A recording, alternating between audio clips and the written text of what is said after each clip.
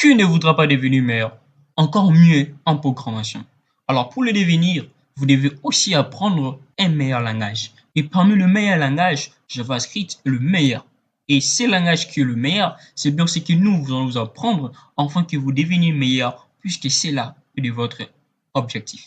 Et si tel est le cas, restez avec nous, ne quittez pas. Et voici la leçon du jour.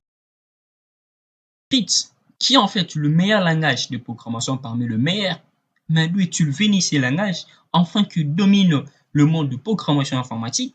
Bon, c'est ce que nous allons essayer de voir dans ce tutoriel. Et là, on est tout justement au début des années 92 avec l'arrivée du web, plus particulièrement l'invention HTML qui permettait à l'époque de pouvoir écrire des pages qui étaient statiques. Une page est statique lorsque son contenu reste le même, peu importe l'utilisateur et leur nombre. Alors qu'une société qui s'appelait à l'époque Netscape voulait en fait avoir un navigateur qui serait capable non seulement de créer des pages qui seront statiques, mais plus pire encore, de pages qui seront dynamiques. Alors pour cela, il aurait fallu l'intervention d'un informaticien américain au nom de Brendan qui viendra alors créer un langage de programmation. Et ce langage qu'il va créer au départ va s'appeler en fait LuveScript. LuveScript qui est en fait un langage qui doit être exécuté dans le navigateur qui devait créer ou qui serait capable d'exécuter ces langages LiveScript s'appelait à l'époque Netscape Navigator. Alors pour cela, il aurait fallu en fait un langage qui sera interprété. Qui veut dire interpréter?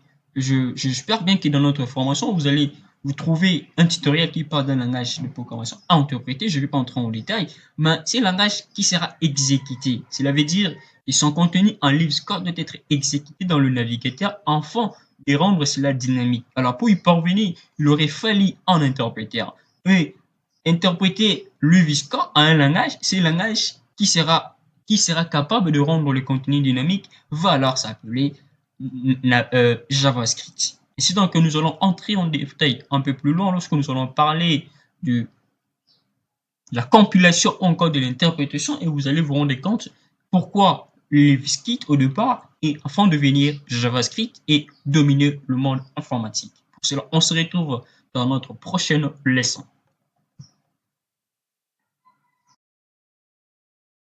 Bienvenue dans cette partie où nous allons apprendre les outils qui vous permettent de faire ou encore de développer avec le meilleur langage de programmation au monde. Et parmi ces outils, on en divise en deux. Il y a des outils qui sont nécessaires et primordiaux et des outils qui sont accessoires. Nous verrons pourquoi. Mais parlons d'abord des outils qui sont primordiaux. Parmi ces outils, il y en a trois, parmi lesquels on a l'éditeur de texte qui vous permet tout justement d'écrire votre code. Deuxièmement, un navigateur. Dans ce navigateur, c'est là où vous allez exécuter votre code. Certes, nous avons dit tantôt que le code JavaScript ne s'exécute pas seulement au niveau de votre navigateur, vous pouvez aussi le faire, bien sûr, au niveau de votre serveur. Cela ne fait pas partie de ces formations. Pour cette formation, je disais que vous aurez besoin d'un éditeur ainsi que d'un navigateur. Pourquoi d'un navigateur? Puisque dans le navigateur, il y a un interpréteur. Un interpréteur est tout justement un monteur de rendu qui permet en fait d'exécuter votre code au niveau de votre navigateur. Et en dehors du fait que vous ayez un interpréteur intégré dans votre navigateur, il y a aussi un troisième outil qui est en fait un debugger qui va vous permettre de pouvoir inspecter votre code que vous avez écrit afin de détecter de différentes erreurs. Mais en dehors du fait que vous ayez un éditeur de texte, un interpréteur, un debugger, dont les deux derniers sont inclus dans votre navigateur, il serait aussi souhaitable que vous ayez d'autres outils, parmi lesquels je pourrais parler de NPM, qui est en fait un outil de gestionnaire de packages. Nous verrons un peu plus loin qu'est-ce qu'on appelle package information en développement informatique. Pour l'instant, on se limite là. Mais en dehors du fait que vous ayez un outil qui, en fait, va vous permettre de pouvoir gérer aussi bien le package de votre projet, vous aurez aussi besoin d'autres outils comme outils d'exécution, outils d'analyse. OK?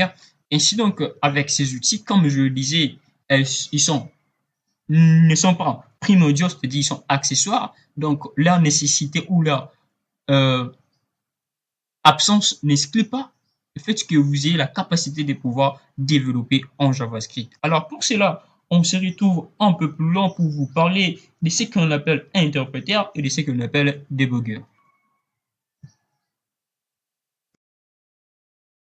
Alors, voilà en fait ce qu'on appelle moteur JavaScript. J'avais dit au départ, lorsque Brandon invente JavaScript, c'était en fait un langage qu'il a nommé LiveScript, mais il aurait fallu en fait un logiciel qui va permettre à exécuter ces codes LiveScript. Et ces codes LiveScript sera exécuté au niveau, dans le sens où c'était primitif, au niveau du navigateur qui s'appelait Netscape Navigator. Alors, pour exécuter, ou encore c'est le logiciel qui permet d'exécuter votre code JavaScript dans votre navigateur, et ce bloc, c'est qu'on appelle le moteur JavaScript. Le moteur JavaScript n'est rien d'autre, c'est qu'on appelle l'interpréteur JavaScript. Mais vous allez vous rendre compte qu'actuellement, JavaScript n'est pas seulement utilisé pour le front-end, c'est-à-dire au niveau de votre navigateur, mais aussi utilisé en back-end, c'est-à-dire au niveau de votre serveur. Qu'effectue-t-il alors au niveau de votre serveur? Tout justement au niveau de votre serveur, comme je le disais, qu'il s'agit bien d'un langage qui nécessite un interpréteur. Un interpréteur n'est rien d'autre qu'un logiciel d'exécution. Cela veut dire qu'il aurait fallu aussi dans votre navigateur que vous ayez ces moteurs JavaScript qui va permettre à exécuter. C'est ainsi donc en informaticien qui va alors travailler sur un nouveau projet qu'il appelle Node.js. Node.js est tout justement un projet qui est euh, qui est basé sur ce que j'allais dire, sur le moteur de recherche intégré dans votre navigateur. C'est pas le moteur de recherche, mais c'est l'interpréteur intégré dans votre navigateur. Il y a un informaticien qui a travaillé sur cela. Il a eu à soustraire ou encore à séparer ce moteur de recherche avec le navigateur Chrome de Google afin d'obtenir le navigateur à part entière. Et lorsqu'il tient ou lorsqu'il a encore ces moteurs ou encore cet interpréteur à part entière séparé de votre navigateur, il en a puis alors en construction un projet et ce projet est devenu exécutable ou encore possible d'être installé au niveau de votre serveur. C'est ainsi donc que vous pourriez alors avoir la capacité d'écrire votre code au niveau serveur. Et c'est donc que si vous avez la capacité ou encore le potentialité de maîtriser JavaScript à la fois au niveau de votre front-end ou en utilisant le moteur, l'exécuteur, je pourrais dire, de votre navigateur directement ou encore en l'utilisant au niveau des serveurs, en ce moment, vous allez être appelé programmeur full stack en JavaScript. Un meilleur programmeur JavaScript que vous espérez devenir, vous ne pouvez le devenir qu'en écrivant des codes. Mais comment écrire des codes en JavaScript? Certes, nous avons vu qu'il existait des logiciels, entre autres le lecteur de texte qui vous permet de pouvoir écrire votre code et le navigateur où sera exécuté votre code si seulement si l'on se situe au niveau des front-end. Mais au préalable, comment se servir d'un lecteur de texte afin de pouvoir écrire son code? Eh bien, c'est ce que nous allons voir dans ce tutoriel. Dans ce tutoriel, il sera question de vous apprendre comment écrire votre code HTML. Au préalable, vous devez savoir, je le disais, votre code JavaScript. Au préalable, vous devez le savoir que votre code JavaScript ne peut que s'exécuter dans une page HTML. Ce qui veut dire au préalable, vous devez connaître comment on écrit une page HTML.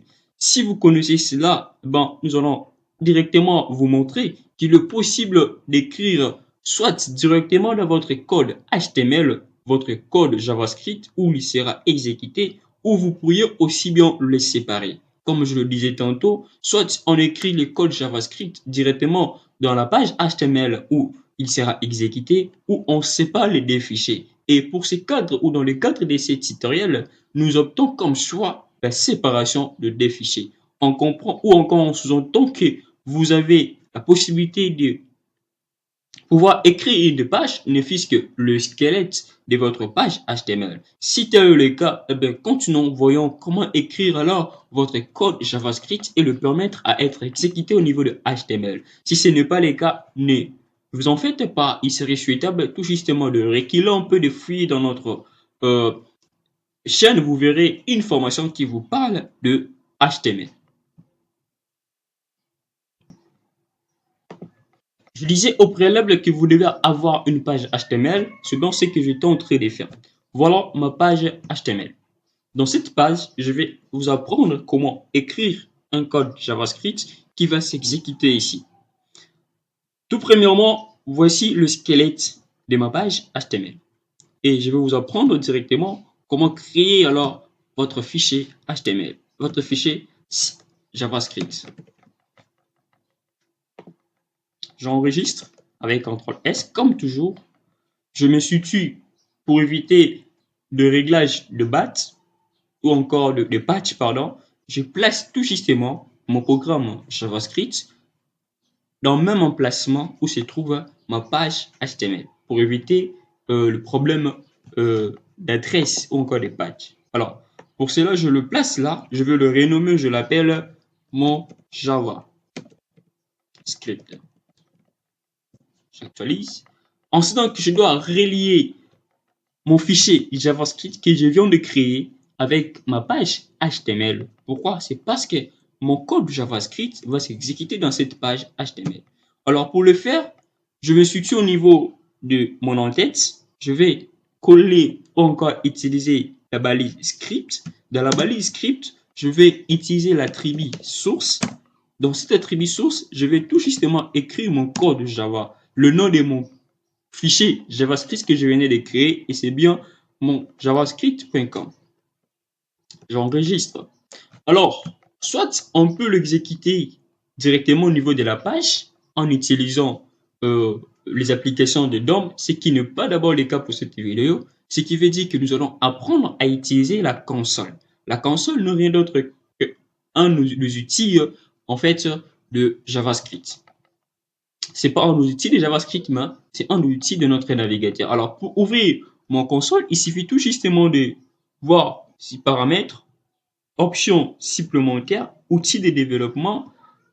Ici donc, j'ouvre ma console et je vais créer ma toute première ligne de code JavaScript. Pour cela, j'utilise la console aussi log. Je vous dirai ce que cela signifie. J'écris je suis mon premier JavaScript. J'enregistre. Je viens, j'actualise. Bon, vous voyez que nous venons de créer notre tout premier code JavaScript et nous l'avons exécuté dans notre page HTML. Vous pouvez le voir, je suis mon premier JavaScript qui provient de là. Si je clique là, ce n'est rien d'autre que mon code JavaScript, le fichier JavaScript que nous avons créé. Non seulement ce tutoriel, nous allons apprendre qu'est-ce qu'on appelle interpréteur ou encore interprète. Puisqu'on avait dit au départ que JavaScript, c'était un langage interprété. Et qu'on est venu pour dire que l'interprète, en fait, c'était ce logiciel qui permettait d'exécuter en fait votre code JavaScript. Qu'en est-il de la spécificité de cette exécution? Certes, nous écrivons des codes. Ces codes que nous écrivons ont un but. Et ce but pourrait peut-être de résoudre un problème quelconque. Mais il arrive parfois que nous écrivons des codes, peut-être que le code n'est pas lisible ou que notre code contient des erreurs. Lorsque notre code contient des erreurs, cela veut dire que le résultat attendu ne sera pas cela. Alors, que va faire notre interpréteur? L'interpréteur, ou encore l'interprète, fonctionne comme un environnement d'exécution de notre programme JavaScript. Non seulement il exécute, ou je dirais même l'exécution des codes passe par d'abord la vérification de la syntaxe. Comment est-ce que vous avez écrit votre code JavaScript? Ensuite, de la manière dont nous avons écrit notre code JavaScript, cet interprète va alors vérifier est-ce qu'il y a des erreurs. Les erreurs peuvent être formelles, les erreurs peuvent être sémantiques, comme je dirais, si je viens là, j'enlève la parenthèse, normalement ça devait s'écrire dans la parenthèse. Dans ces cas, c'est une erreur. Si j'exécute mon code, vous allez vous rendre compte qu'en exécutant mon code, je obtiens une erreur. Ainsi donc, l'interprète commence par vérifier mon code avant son exécution. En vérifiant, il détecte les erreurs. Il m'indique non, il y a une erreur. Vous avez oublié la parenthèse. Et c'est qu'on m'indique là. Et deuxièmement, après la vérification, va alors exécuter votre code. Et l'environnement dans lequel vous voulez exécuter votre code JavaScript va aussi influencer le type d'interpréteur que vous allez faire. Qu'il s'agisse dans le front-end ou encore dans le back-end, on avait dit qu'au départ, c'était en fait sur le moteur JavaScript qui est intégré dans notre navigateur. Et qu'un développeur américain aille à extraire ces moteurs à partir du navigateur Chrome pour en créer ce qu'on appelle le Node.js. Alors, ce qui veut dire, lorsque nous allons utiliser notre JavaScript en backend, on aura comme interprète Node.js. Et lorsque nous voulons l'utiliser en front-end, et là, on n'en a pas besoin d'avoir un interprète. Tout ce qu'on a besoin, c'est le navigateur. Pourquoi? Puisque dans notre navigateur, il y a bel et bien notre interprète. Ici, donc, on se retrouve lors de la prochaine leçon. Nous allons apprendre ce qu'on appelle debugger. Voyons maintenant les outils qui sont intégrés dans votre navigateur qui vous permet de pouvoir exécuter votre code JavaScript. Certes, j'avais dit que nous voulions parler des débuggers, mais ça sera si complexe d'en parler en ce moment. Nous y reviendrons par après. Mais voyons d'abord les outils qui sont intégrés dans votre navigateur. C'est que vous devez savoir que dans votre navigateur, il y a principalement des outils qui sont intégrés. Certes, il y a aussi le débuggeur qui est intégré, mais nous allons parler de ces deux outils. Qui sont ces deux outils? Il y a en premier lieu l'inspecteur, deuxièmement la console et troisièmement debugger. Nous y revenons avec le debugger. Voyons les deux premiers outils. Certes, je venais d'écrire notre tout premier code où vous avez vu ensemble avec moi qu'il était aussi possible de pouvoir ouvrir les outils du développement afin d'exécuter notre code. Ce qui revient à dire, voilà la console où je me trouve, et la console permet non seulement d'exécuter les codes, mais aussi d'afficher les erreurs. Certes, nous avons vu dans ces cas, on exécute notre code, mais lorsque je commets une erreur de syntaxe, partant de cette erreur, l'interprète analyse mon code et voit l'erreur et n'exécute pas le code, mais m'affiche d'abord l'erreur. Et cette erreur, je peux aussi le lire au niveau de ma console.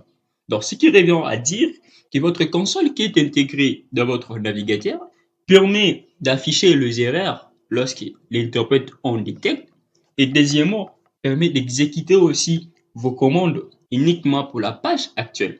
Cela veut dire que s'il y a plusieurs pages, je n'exécuterai pas en fait le code de toutes ces pages, mais uniquement de la page où je me situe. Si, admettons qu'il y avait une autre page HTML qui avait d'autres codes, en ouvrant la console pour cette page HTML, je n'aurai pas accès au code JavaScript qui est retrouvé dans notre page. Alors, qu'en est-il de l'inspecteur? L'inspecteur va juste analyser les différents éléments de votre page HTML. J'ouvre, je vois éléments, voilà où se trouve l'inspecteur. Vous pouvez vous rendre compte, ça, je suis en train d'inspecter en fait ma page HTML. L'inspecteur revient tout justement à dire analyser ou encore visualiser le code source d'une page HTML ou peut exécuter un code JavaScript. Ça, je fais l'inspection. Je peux voir, oui, c'est textuellement notre page, c'est ce que nous avons ici. Ensuite encore, nous venons de voir ce qu'on appelle l'inspecteur, ainsi la console JS.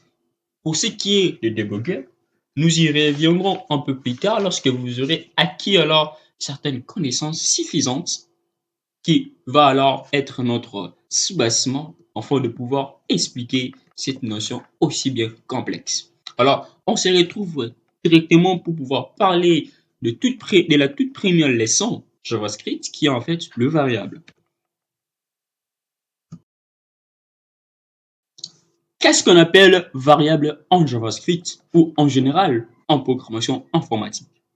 Certes, vous serez d'accord avec moi, lorsque vous voulez écrire un code JavaScript qui va vous permettre à connaître la somme de deux nombres, vous devez au préalable avoir ces nombres.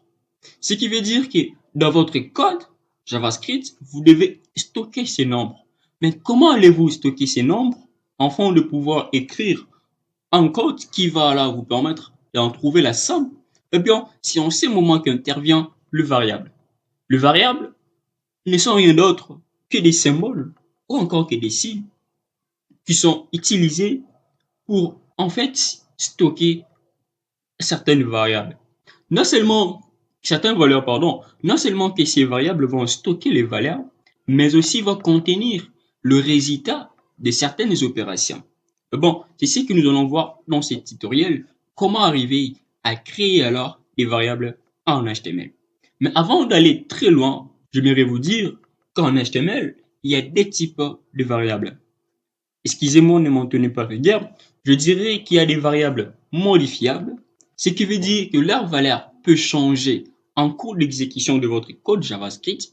Et je dirais, certes, qu'il ne s'agit pas des variables, je dirais des variables invariables, je me excuse, ou des variables immuables qu'on appelle des constantes, qui veut dire que ce sont ces symboles qui gardent les valeurs qui ne peuvent pas changer le long de l'exécution de votre code JavaScript. Mais comment arriver à créer ces constantes ou encore ces variables? Bon, c'est ce que nous allons apprendre.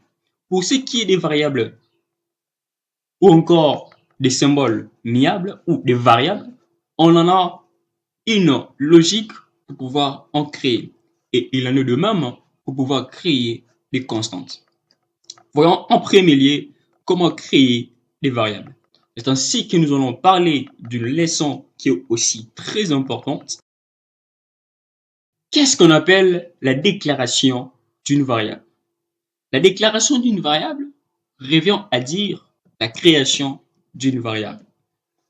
Selon que vous voulez créer une variable constante ou encore une variable qui va changer, il y a une ligne de suite, une logique à suivre ou une syntaxe à suivre. Je l'ai dit tantôt que votre variable a un nom et ce nom peut être préfixé d'un mot. C'est partant de ces mots que l'on saura qu'il s'agit bien d'une constante ou bien d'une variable. Et pour ce qui est des variables, le mot qui précède le nom de votre variable s'appelle soit let ou encore var.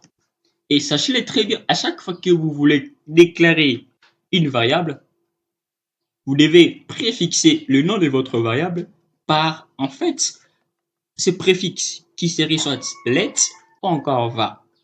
Il en est suivi alors du nom de votre variable, var.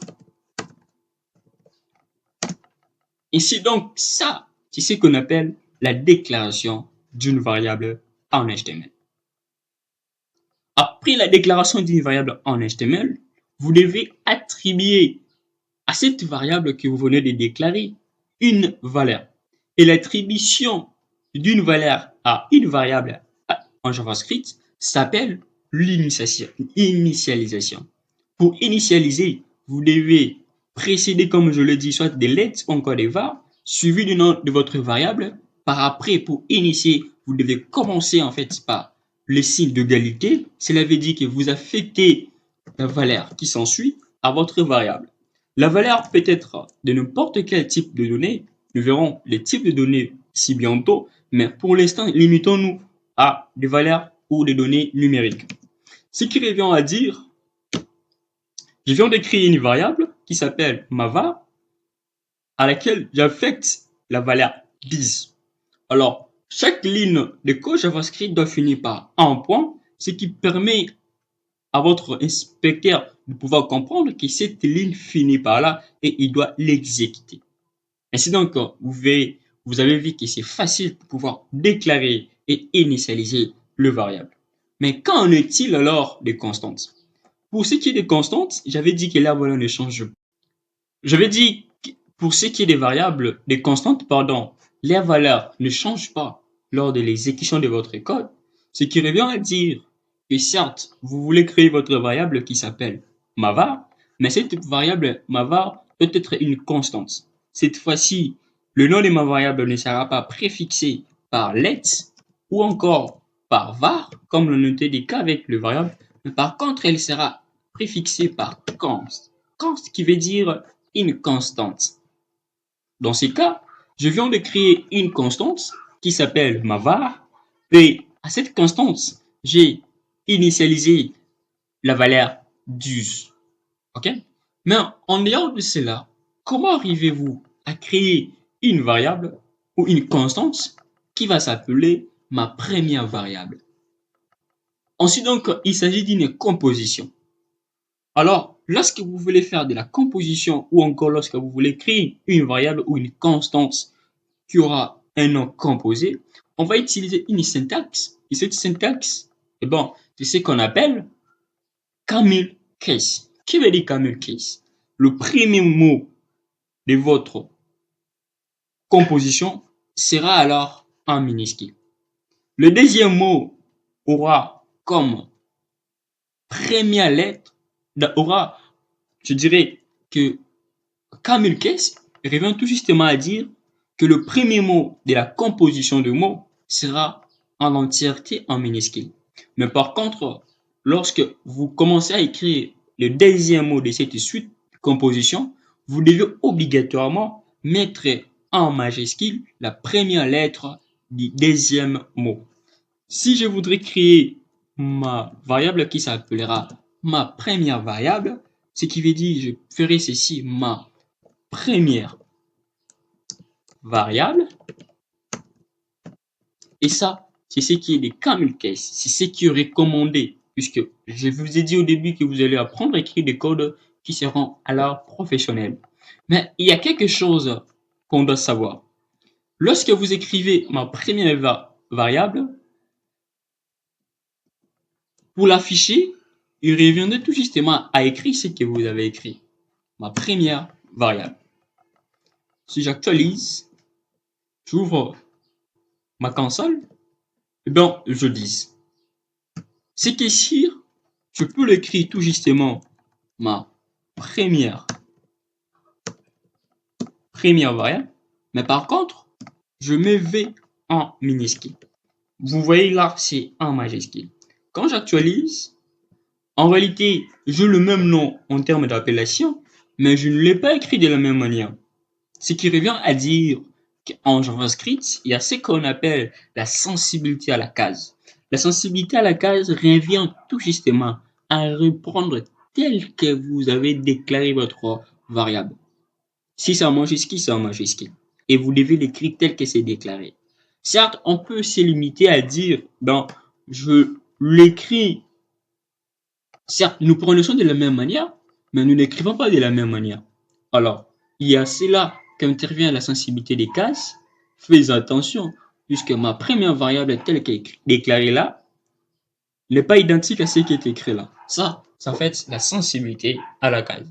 Mais quand on étudie le nombre ou encore des types de données que nous allons initialiser à nos variables, c'est ce que nous allons voir un peu plus loin.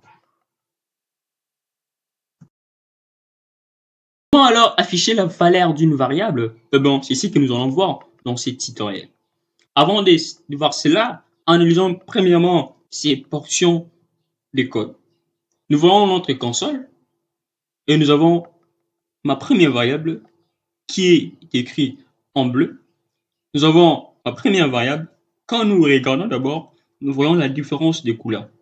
En dehors de la différence de couleurs, nous voyons que ma première variable d'ici est placée entre double guillemets. Mais par contre, il n'en est pas le cas avec ce qui est là.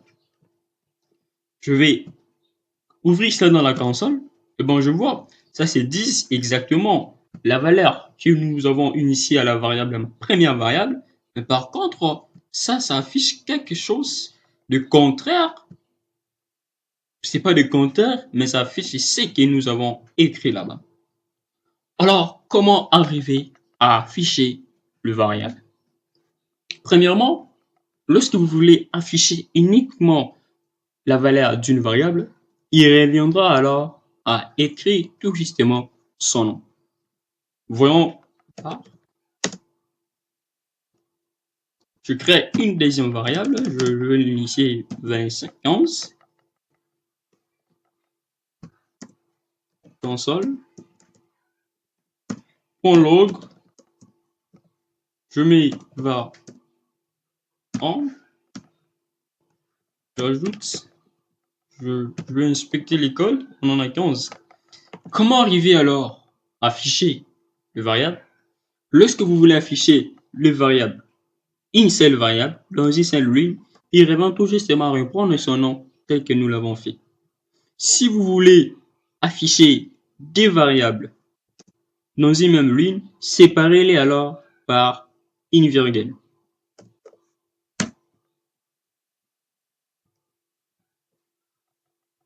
Je ne sais pas par une virgule, mais ici, la virgule ne s'affiche pas. Cette virgule a un rôle syntaxique tout justement pour séparer le variable. Et si je ne le mettrai pas à la virgule, qu'est-ce qui va se passer? Vous allez vous rendre compte qu'il y a une erreur. Et lorsque je vais exécuter le code, il me renvoie une erreur. Alors, cette virgule a une importance syntaxique. OK? Et s'il y a 5 variables, cela veut dire que je mettrai aussi 4 virgules.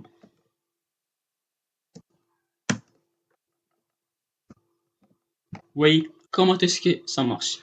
Mais comment alors, comme dans ces cas, j'écris ma première variable, je voudrais afficher cette variable. Comment y parvenir? Ainsi donc, c'est simple, je mettrai tout justement la manière dont je vais afficher. Je vais écrire mon code. Je sépare cela par une virgule. Elle a aussi syntaxe. Et puis je reprends le nom de la variable que je vais afficher la valeur. Ça, c'est un texte de formatage qui va s'afficher tel que c'est mis là-bas. OK? Mais par contre, ça, c'est une valeur. C'est pas un texte de formatage. Ce qui revient à dire en quelque sorte, ça, c'est en réalité un type de données qu'on affiche directement. Mais ça, c'est une valeur variable. Or, cette variable a une valeur. Ainsi donc, lorsque je l'écris de telle sorte, ça m'affiche d'abord la valeur, et puis ça traduit la valeur de la variable que j'ai ajoutée là-bas. C'est ainsi donc, vous le voyez. Alors, qu'en est-il de l'interpolation? Nous y reviendrons. Tout justement, je peux déclarer ou initier ou écrire une variable ici. Je mets 10. Vous voyez, ça écrit 10, rien ne change. Ce qui veut dire que le nom de variable, quand vous l'affichez une valeur, vous pouvez tout justement l'écrire dans votre console, comme je l'écris ici. Quand vous reprenez le nom d'une variable, ce n'est pas ce nom qui s'affichera, mais par contre, la valeur stockée dans cette variable qui va s'afficher. Ainsi donc, nous allons retrouver pour parler de l'interpolation des variables. En prison, ce qu'on appelle interpolation de chaînes de caractères en JavaScript. Une notion très capitale, très essentielle et si importante, si vous voulez bien devenir meilleur. L'interpolation des chaînes de caractères, nous voyons dedans, tout premièrement, chaîne de caractères. Mais qu'est-ce qu'on appelle chaîne de caractères?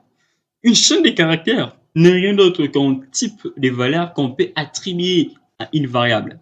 Nous avons vu tantôt que soit nous pourrions écrire directement notre valeur dans la console et on l'affiche, et nous avons vu qu'il était possible d'écrire des phrases ou encore d'écrire des nombres.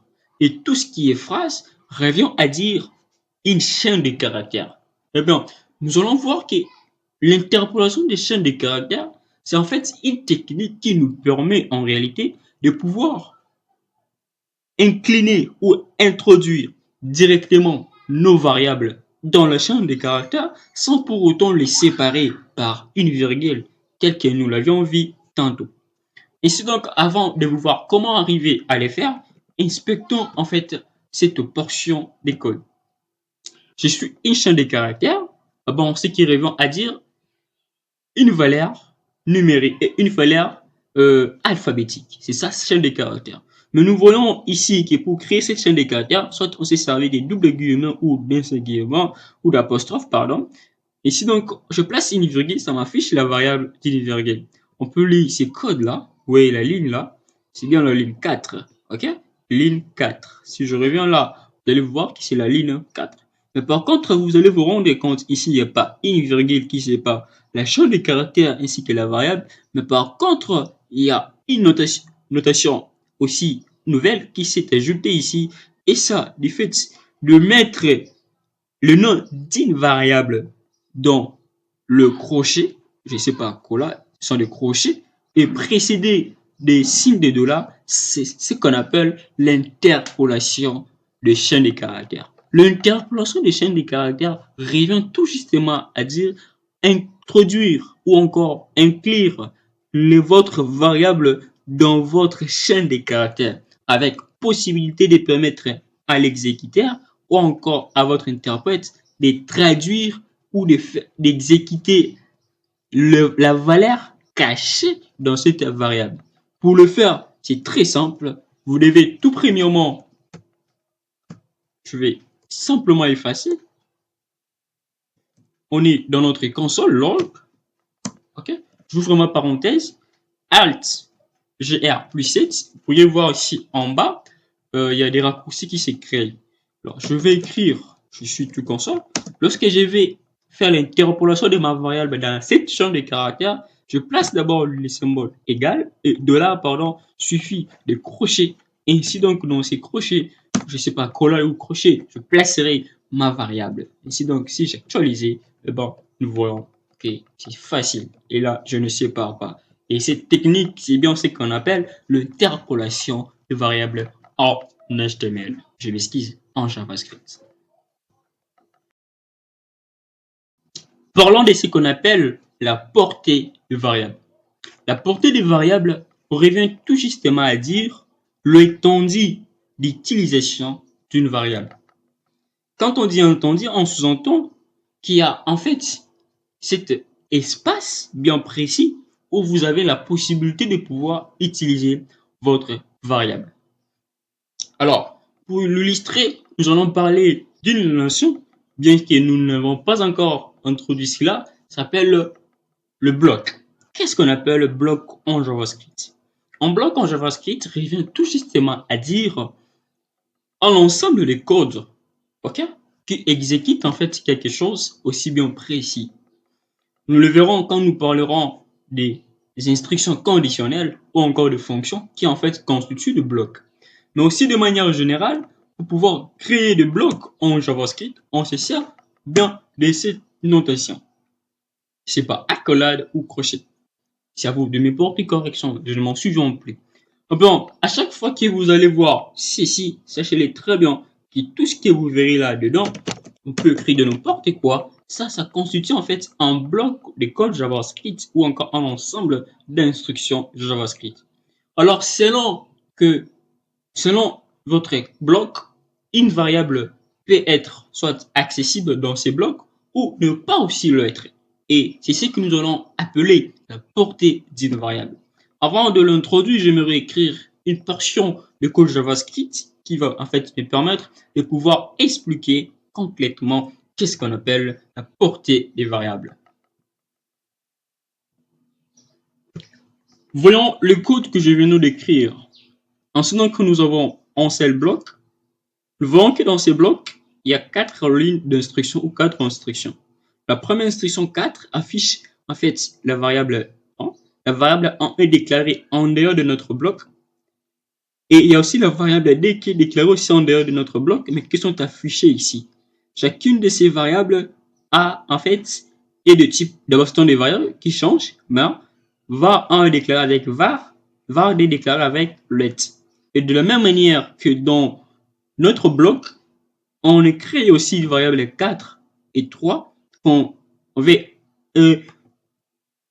afficher en dehors de ces blocs. Alors, voyons comment cela va se comporter. Nous affichons var1, var2, ok, var1, var2 dans notre bloc, et on affiche var3. Or, var3 est déclaré dans le bloc, mais affiché en dehors. Par contre, on n'obtient pas la valeur de var4 qui est déclarée dans notre bloc, mais affichée en dehors de notre bloc. Mais ça nous envoie en fait une erreur. Et cette erreur, c'est en fait une erreur de référence. Alors, qu'est-ce que cela signifie? Nous nous rendons compte que la portée ou encore l'accessibilité de chaque variable déclarée avec var ne dépend pas en fait de l'endroit où déclarer la variable. Cela veut dire que vous déclarez une variable avec var dans un bloc ou encore en dehors du bloc, partout, tout justement dans le même fichier, vous avez la possibilité de pouvoir avoir accès à cette variable.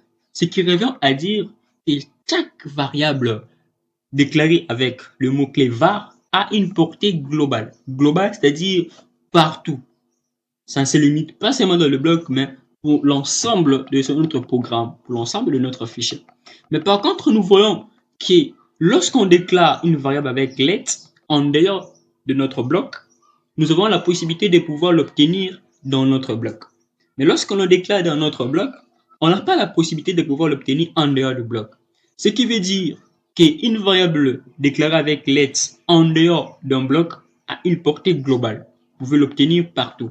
Mais une variable déclarée avec let dans un bloc a une portée locale, c'est-à-dire une portée qui est limitée uniquement dans ces blocs. C'est-à-dire on ne peut l'avoir accès seulement dans ces blocs. Lorsque vous l'obtenez en dehors de ces blocs, ça ne sera pas accessible et dans ces cas, ça va déclencher en fait une erreur et c'est une erreur de référence. Let se comporte de la même manière avec des constantes.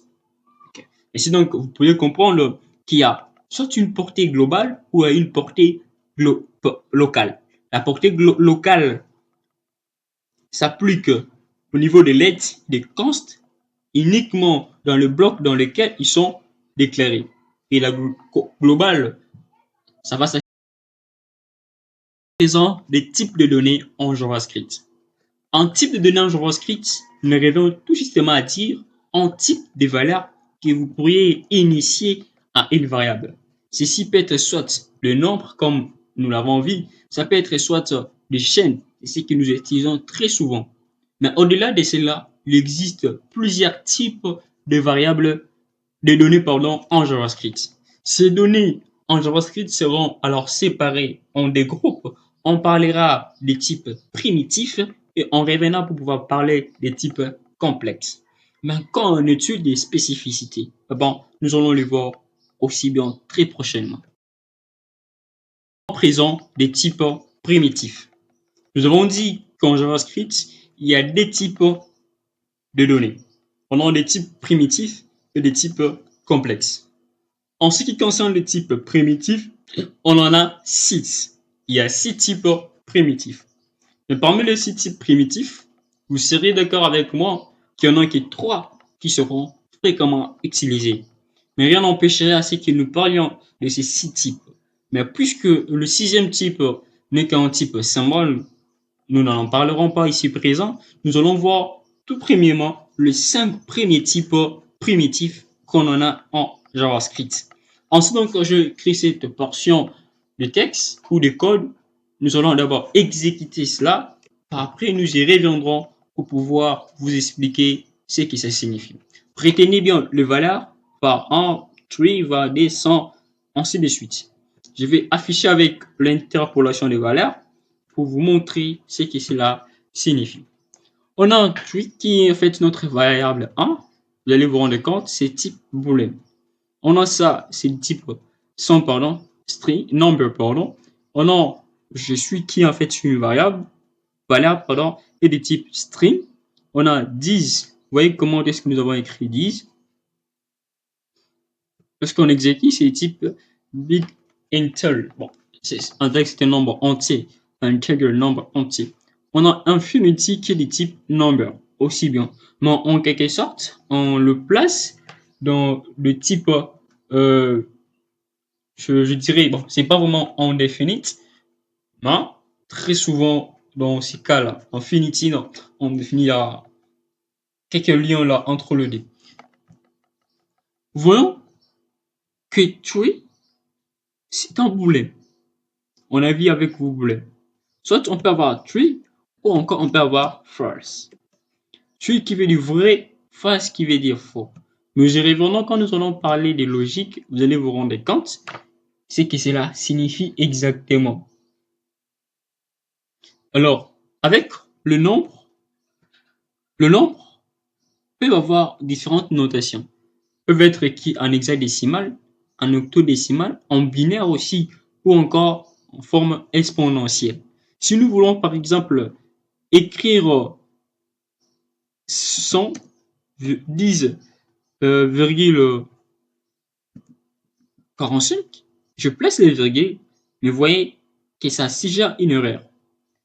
En HTML, lorsque vous voulez placer la virgule de votre float, c'est-à-dire un nombre à virgule ou un nombre flottant, on utilise un point, mais on n'utilise pas en réalité la virgule. Quand j'actualise, c'est celui-là, ça a changé. Maintenant, ceci peut s'écrire d'une autre manière. On peut l'écrire sous forme exponentielle, ce qui revient à dire, tout justement, ça sera 10, ok, 45 fois 10 exposant moins 4. Alors, comment écrire cela? Pour l'écrire, c'est très simple. Vous enlevez tout justement le point, le virgule, vous y mettez et là, ok? Par après, vous mettez le nombre de votre exposant. Dans ces cas, l'exposant était moins 10, moins 4, pardon, moins 4. J'actualise. Rien ne change. Exactement, rien ne change. Si même je mettais, j'ajoute un 0, ça veut dire ça sera exposant moins 5.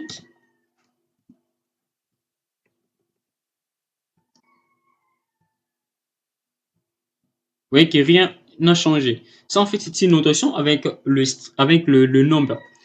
Mais par contre, vous voyez des big tel, de gros nombres, nous préfixons, nous mettons comme suffixe n, ok?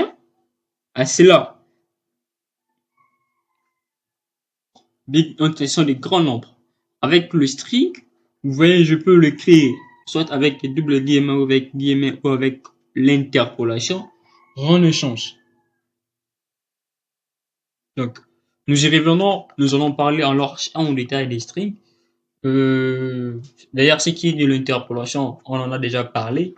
Donc, on pourrait bien se limiter là et puis voir d'autres types qui sont un peu plus complexes. N'hésitez pas à nous poser vos différentes questions et ils seront le bienvenu. Comment connaître les types d'une variable? Bon, c'est ce que nous allons voir dans ce tutoriel. Précédemment, nous avons affiché certainement les valeurs ainsi que leur type. On a par exemple false qui était un boolean. Mais comment arriver à les faire? Tout justement, on va utiliser un opérateur. Certes, nous n'avons pas encore vu des opérateurs, mais on va utiliser en fait un opérateur unaire, c'est-à-dire qui ne prend qu'un seul opérand. Et voyez comment on utilise l'opérateur type of var.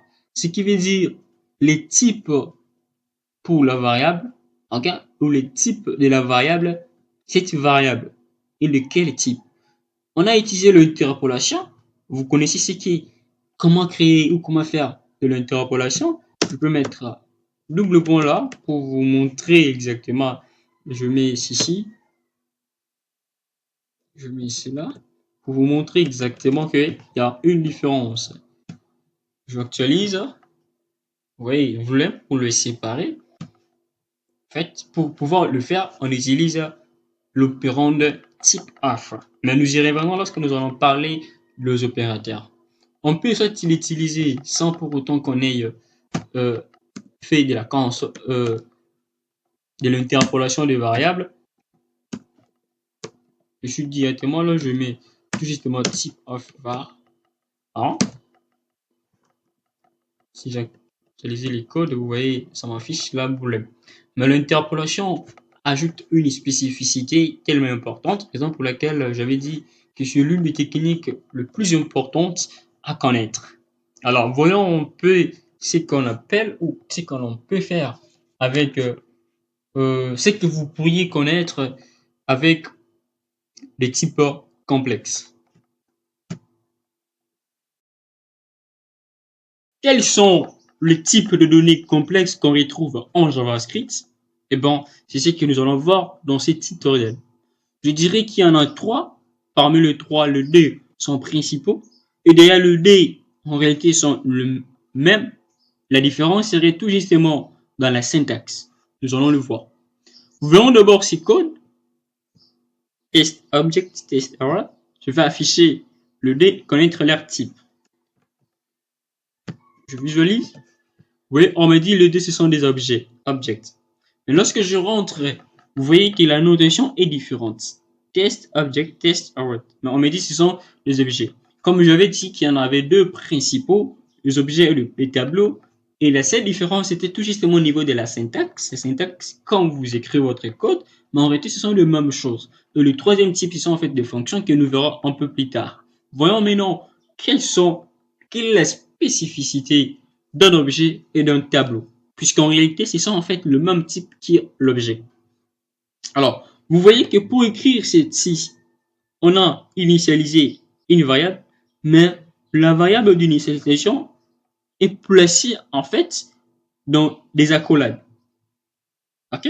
Et dans ces accolades, nous nous rendons compte, c'est comme ici on a une paire, on a une clé ou une variable, mais cette fois-ci, c'est pas le signe d'égalité, mais c'est deux points. Puis on a une valeur. Ça, c'est ce qu'on appelle key. Je le mis K1, K2 pour comprendre. Tout justement, la clé, c'est un objet. À chaque fois que vous voyez une variable initiée avec des accolades, ça scelle très bien qu'il s'agit d'objet. Et dans l'objet, on stocke les valeurs sous forme de paires. C'est-à-dire, chaque valeur a en fait un identifiant. Deuxièmement, lorsque nous voyons Tesla, il n'y a pas d'accolade, mais par contre, il y a des crochets. Et si donc il n'y a pas d'identifiant, mais on peut se rendre compte qu'il y a une séquence ou un ordre des variables. Comment est-ce que les variables se placent? Ok?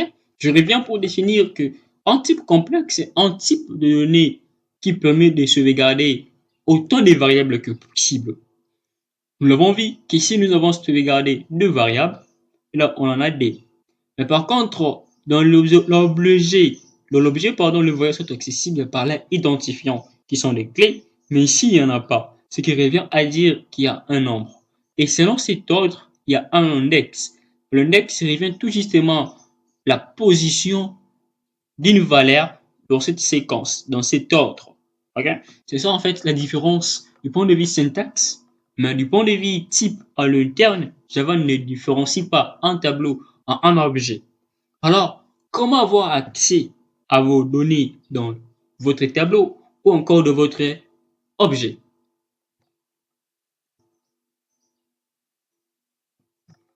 Alors, je continue pour dire, pour afficher une variable, une valeur d'un objet, c'est très simple. Il suffit tout justement que vous repreniez le nom de votre variable. Ok? Cette variable, c'est test_object. Test_object suivi de votre clé. La clé, on avait l'identifiant de votre variable dans l'objet. Je vais afficher KD. Dans ces cas, si j'actualisais mon code, oui, bon, une erreur. Je m'arrête. Oui, l'horaire, ok, c'est pas comme ça, c'est pas 0 là, je range, j'affiche. Oui, je suis. Je suis, c'est la valeur identifiée par la clé KD que j'ai affichée là-dedans. Nom de l'objet suivi de point, suivi de la clé qui identifie votre valeur dans votre objet. C'est ainsi que vous pourriez afficher le variable de valeur pardon, dans un objet ou dans une variable de type objet. Mais qu'en est-il des tableaux? Pour les tableaux, on avait dit qu'il y avait un ordre et il y avait des index. Voyons cela en large et en détail dans une nouvelle séance tutorielle.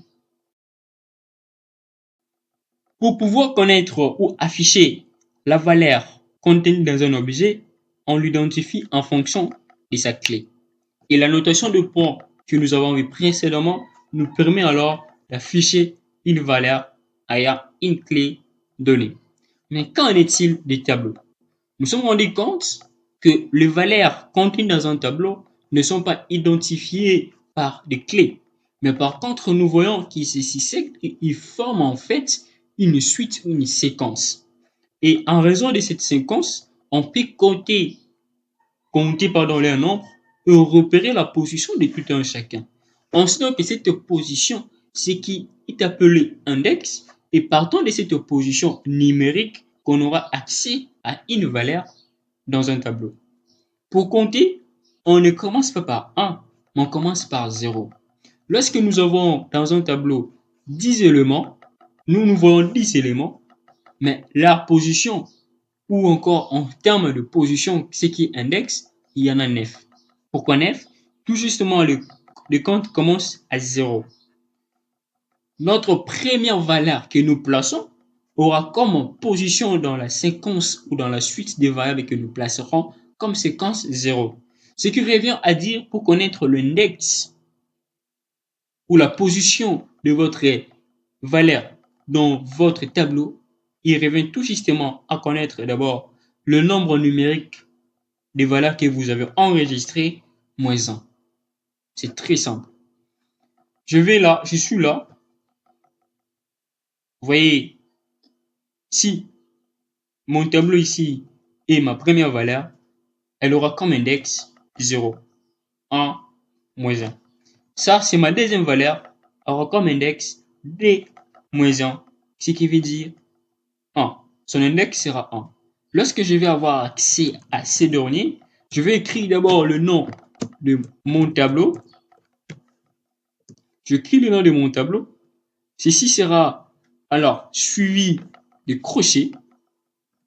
Je mets des crochets et dans ces crochets, je mettrai l'index. Je vais afficher la variable je suis. La variable je suis, quand je vais compter ma séquence, ma première valeur, ma deuxième valeur. Mais par contre, l'index qui repère en fait la position ne commence pas par 1, mais commence par 0. Ce qui revient à dire ça, ça sera comme index 0, index 1. Je mettrai 1 là-bas et j'affiche. Ça m'indique je suis. Alors, vous verrez qu'il existe bel et bien des méthodes et encore d'autres choses qui en fait nous permettent de pouvoir modifier ou d'apporter encore plus de solutions au, d'effectuer certaines manipulations au niveau de notre objet. Parmi ces derniers, je dirais, par exemple, il y a la méthode left qui va afficher le nombre d'index dans un tableau en présent des commentaires en JavaScript. Nous verrons tout premièrement pourquoi vous devez commenter vos codes et comment vous pouvez le faire. Certes, allez-y comprendre que dans ces fichiers, il y a plus de 10 000 lignes de code. Il vous serait tellement difficile d'avoir l'idée sur chacune de ces lignes, d'où il faudrait au préalable que vous commentiez votre code. Commenter votre code ne revient à dire tout justement documenter votre code. Ainsi, lorsque votre code est documenté, même si vous passez beaucoup de temps sans pour autant revoir cela, le jour où vous viendrez, vous allez avoir l'idée en fait de ce que vous codiez ces jours-là. D'où il est nécessaire et important de pouvoir commenter votre code JavaScript. Mais comment vous pouvez bien le faire? Le faire dépend tout justement du nombre de lignes que contiendra votre commentaire. Certes, si votre commentaire n'a qu'une seule ligne, vous allez aussi le faire d'une manière différente selon qu'il y aurait plus de 2 lignes.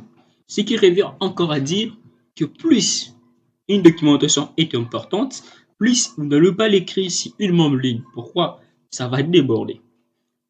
Par conséquent, vous allez l'écrire avec plus de 2 lignes. Pour commenter votre code avec une seule ligne, il suffit premièrement de mettre ces débats et puis vous écrivez votre code. Vous pouvez le faire ici. J'écris mon code, je le commente. Pour le faire avec plus de 2 lignes, c'est-à-dire plus d'une ligne, placez d'abord votre barre, suivi de la stéris. OK. Écrivez votre code. Vous avez vu avec moi qu'en plaçant ceci, si je ne ferme pas, tout ceci devient inactif.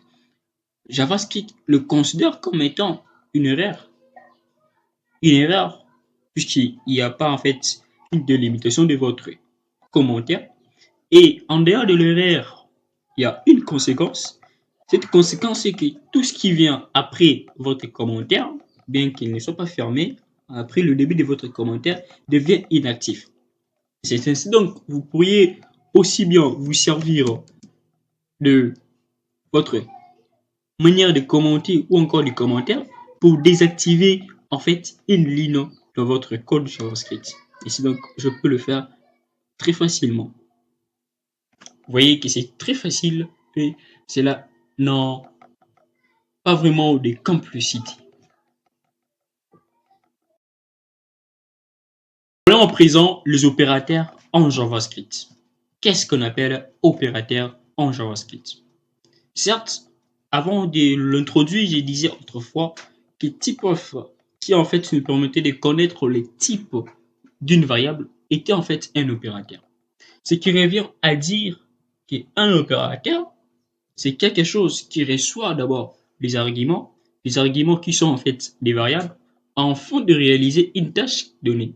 Et la tâche que réalisera cet opérateur typeof, c'est tout justement de nous dire quel est en fait le type de la variable. Et cette variable, c'est un argument pour notre opérateur. Ensuite, donc, l'argument de notre opérateur ou encore l'argument qui font partie de l'opération s'appelle opérand.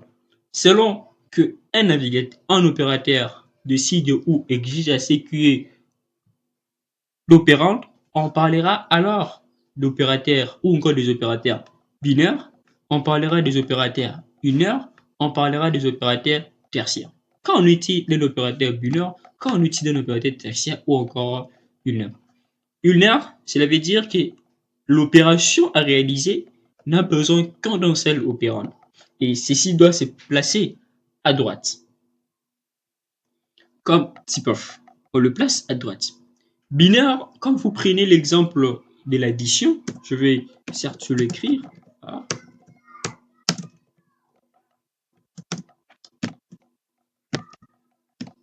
Ceci, c'est un opérateur binaire. Binaire pour puisqu'en réalité, ça prend des opérandes. Oui, un à gauche, un autre à droite.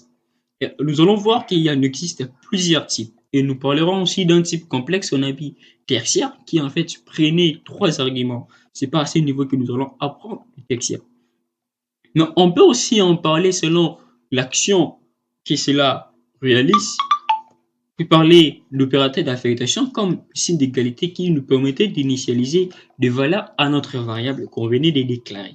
On peut parler des opérateurs logiques, on peut parler des opérateurs arithmétiques, on peut parler des opérateurs conditionnels. Qu'en est-il de spécificité de tout type de ces opérateurs? Eh bon, voyons cela avec tout premièrement les opérateurs d'affectation. Le premier opérateur qui est l'opérateur d'affectation, c'est bien ce que nous avons fait pour initialiser, c'est-à-dire donner des valeurs à nos variables que nous venons de déclarer. Avec les opérateurs d'arithmétique, certes vous les connaissez bien que moi, il y en a au moins des deux groupes, ok? On a des opérateurs, il serait souhaitable que nous nous limitons ici pour constituer en notre tutoriel.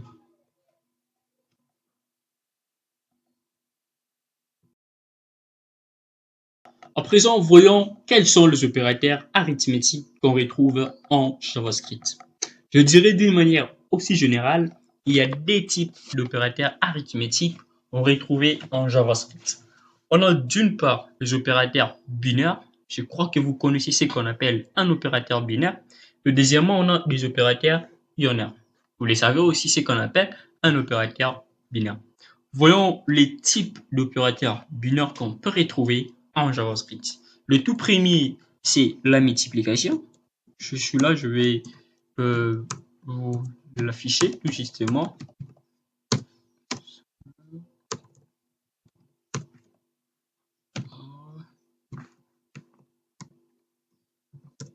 Et l'afficher directement. Je m'excuse, je vais enlever ce code, ça n'a pas d'importance.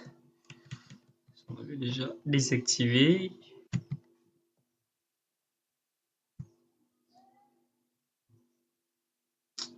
C'est var face.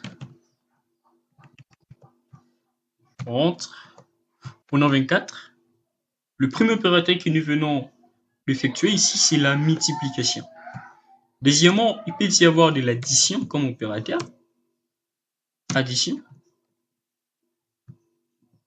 14. On peut avoir de la soustraction. On en a 10.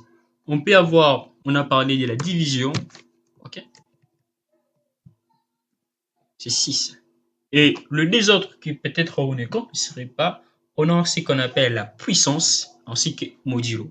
La puissance revient à doubler les signes qui nous ont permis de la multiplication. Ces signes, c'est l'astérisque. Quand on double, là, on obtient l'exponentiation ou encore la puissance. Vous en avez là 144. Alors, le modulo, qu'est-ce qu'on appelle modulo? Modulo, en fait, ça nous affiche tout justement le reste d'une division. Pour l'obtenir, on en a ainsi. Je le fais avec 5. Quand on divise 12 par 5, le reste sera 2, puisqu'on aura D là-bas. Vous verrez que ça va nous afficher D. Quand on divise 18, quand on divise 24, exemple, 24 par 5, on aura comme reste 4. Vous voyez ce qui reste là. Donc, on divise, ça nous affiche tout justement le reste d'une division. Dans ces cas, on se suppose que ça ne sera pas une division avec un nombre float, non. Ça va diviser, ça va rester entier. Le nombre va rester entier. Alors, venons de voir les opérateurs binaires arithmétiques. Et deuxièmement, parlons des opérateurs qui ne sont pas binaires, mais certes qui soient arithmétiques, mais cette fois-ci unaires. Si je dis unaire, ça dit qu'il n'aura besoin d'un seul opérant. Et parmi cela, on a en l'occurrence de, de, de plus, de moins, d'incrémentation ou encore de décrémentation. Alors, pour rendre les choses aussi faciles, je suis là, je mets 4, je descends var, la même variable, pardon. Cette fois-ci, vous voyez que je ne la déclare pas. Ok. Mais j'ajoute quelque chose, genre, on va voir si ça va marcher. J'ajoute, attends, je vois. Voilà. Je dois arrêter la vidéo. J'ajoute plus. Non, j'ajoute plus 10. Certainement, j'aurai une erreur ici. Ça serait 29 plus 10. On va voir ce qu'on va obtenir. Bon, ça ne marche pas. Je vais recommencer. Il y a la vidéo que je dois couper puisque dans 5 minutes, ça va arrêter. Et puis, je vais pour l'illustrer aussi de manière facile, je vais créer une nouvelle variable que j'appelle var2. À cette var, je vais mettre plus var, notre variable qu'on avait déjà déclarée. Ok? Puis je vais afficher var2. On sait tous, 24 plus 5, ça fait 29. On obtient 29, mais cette valeur 29 obtenue, on voit qu'on a utilisé cet opérateur qui n'a besoin que d'un seul opérand qui est var qui est en fait une autre variable, pour affecter sa valeur à avoir des variables que nous venons de déclarer tout récemment. On en a aussi pour le mois. Ça serait pas important de définir. Voyons le mois. Je crée une autre variable, let var3, okay, que je vais donner comme valeur 30. Je descends. Je vais initier var3. Je l'initie. Je ne suis pas à l'initiation, non. Je l'attribue comme valeur var2. Or, nous connaissons tous la valeur de var2. Ok? Alors, var2 égale à 29. Là, je fais la soustraction pour éliminer var2, ce qui veut dire qu'on devrait avoir normalement 1, mais ça ne marche pas. Puisqu'il ne marche pas, si on incrémentait, est-ce que ça va marcher ou pas? On va voir le RR commise. Ça ne marche non plus. Donc, ce qui revient à dire que la soustraction, le signe moins n'est pas vraiment si nécessaire, mais plutôt nous le verrons lorsque nous allons parler de l'association entre affectation ainsi que les opérateurs arithmétiques. Nous allons voir en réalité son importance. Ce qui est décrémentation ou incrémentation, nous le verrons un peu plus bien lorsque nous allons parler des conditionnels ou encore de boucles, en particulier de boucles. Alors, Troisièmement, nous nous rendons compte, comme je le disais, qu'il y avait des variables d'affectation. OK? Par exemple, quand je mets var3, je vais ajouter var3 plus 3. OK? Je l'ajoute var2, puis je vais afficher.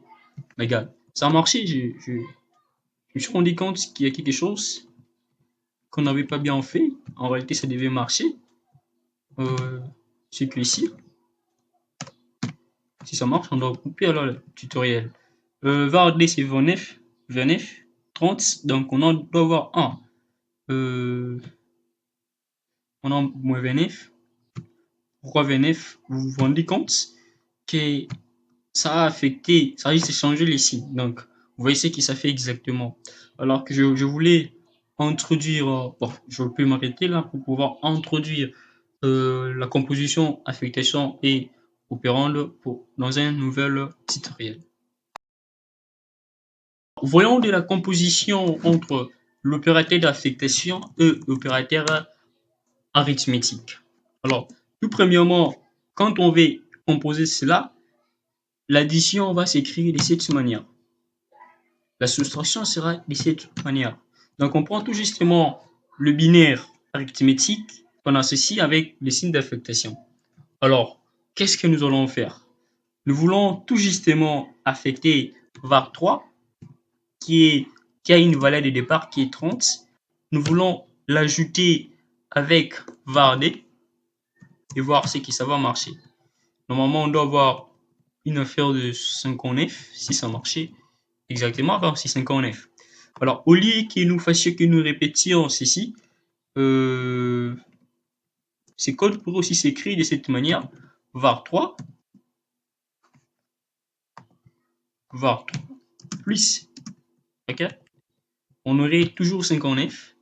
Ce qui revient, on dit, lorsque vous avez cette présentation, ok, vous n'écrivez pas celui-ci, vous voyez comme moi, donc à gauche et à droite de l'affectation, c'est la même variable, vous effacez la variable qui vient après l'affectation, vous l'effacez, vous effacez aussi les signes d'égalité et après vous placez l'affectation, l'addition avant l'affectation.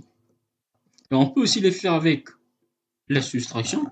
Vous verrez que ça va marcher aussi bien facilement. Okay. C'est que je voulais essayer un peu de les faire. Comme j'avais dit, ça va marcher avec les signes d'affectation. Vous voyez que ça marche. Je peux aussi le faire avec la multiplication. Donc, on prend 29, on prend 30, on multiplie par valeur de var d. La valeur de var d elle-même dépend des vars, okay, qui est 29. Lorsqu'on multiplie, on en a, c'est cela. Là, c'est la multiplication. On peut le faire avec l'exponentiation. On en a avec la notation scientifique d'exponentiation de nombres. On peut les faire avec modulo. Avec modulo, vous allez voir que ça va marcher aussi bien facilement. On en a. Le reste, c'est 1. C'est tout en ce qui concerne les valeurs arithmétiques. Voyons les opérateurs logiques qui existent en JavaScript. Puisque nous n'avons pas encore appris de manière à aussi évoluer JavaScript, il nous serait difficile en ce moment d'illustrer à quoi ressemblent exactement les opérateurs logiques. Mais rien n'empêchera ce que nous illustrions cela. Cette illustration sera tout justement à titre d'information. Voilà les 3 opérateurs logiques qui existent. Le premier opérateur, c'est ce qu'on appelle l'opérateur E, suivi de l'opérateur OU, et enfin de l'opérateur de négation. Quand vous placez ceci, on verra comment l'utiliser. Ça rend une situation, une vérité en mensonge. Et ça rend un mensonge en une vérité. Lorsque vous utilisez le D, c'est en fait une coordination ou je sais une conjonction. Alors, on le place entre aussi bien des opérands, des variables, comme on l'utilise avec l'addition, mais la valeur qui sera renvoyée ici sera une valeur logique. La valeur logique peut être soit vraie ou encore fausse. Quand est-ce qu'on aura vrai lorsqu'on utilise l'opérateur logique et? ce qui veut dire et. On aura vrai lorsque le D va aux opérands sont vrais. Je le illustre par un exemple. Je dirais que on sait voir, je vais illustrer, euh, on va créer un programme. Si moi j'apprends le JavaScript et toi tu amènes le PC. Si moi je reprends le JavaScript et toi tu n'emmènes pas le PC, il me sera difficile de pouvoir créer un programme. Si non plus moi je n'apprenais pas le JavaScript et que toi tu n'apportais pas le PC, on sera aussi difficile de pouvoir. Alors pour que cette condition soit euh, rendue, soit jugée vraie, c'est-à-dire réalisable, il faudrait que nous prenions nécessairement, que moi je prenne le JavaScript et que toi aussi tu apportes le PC. Avec où la situation est évaluée à vrai si seulement si dans le désopérande, on a une valeur qui est vraie. Dans ces cas, je dirais, je vais au marché ou toi tu rentres. Si je vais au marché ou quand toi tu rentreras, tu apporteras à l'enfant quelque chose. La condition ne serait pas pour qu'on apporte à l'enfant quelque chose, que moi je m'en aille ou que je me rende au marché ou bien que toi tu retournes. Il serait souhaitable que si l'un de nous réalisait sa condition, c'est-à-dire soit moi je m'en vais ou bien quand toi tu vas rentrer.